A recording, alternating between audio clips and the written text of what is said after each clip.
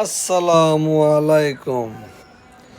দাদা ভাই ঘরে ঢুকলো, তার একমাত্র মেয়ে তৈরি করে দিয়ে সামনে দিয়ে বলছে, বাবা তুমি এটা খাবা, দেখো কেমন হয়েছে, আমি নিজে পাক করছি।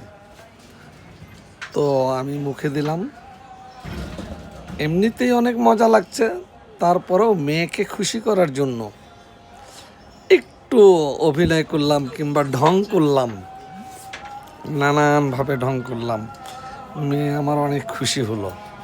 মেয়েকে বললাম, মানে প্রশংসায় পঞ্চমুখ হলাম মেয়ের সাথে, যে বাবা অনেক সুন্দর হয়েছে, অনেক মজা হয়েছে, এত মজার জিনিস আমি জীবনেও খাই নাই।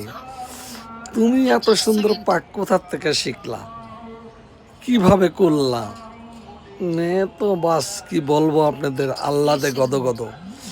মেয়ের মুখের দিকে যদি তখন আপনারা দেখতেন, আপনারাও খুশি হতেন যে আমার মেয়ে কত খুশি হয়েছিল। আলহামদুলিল্লাহ।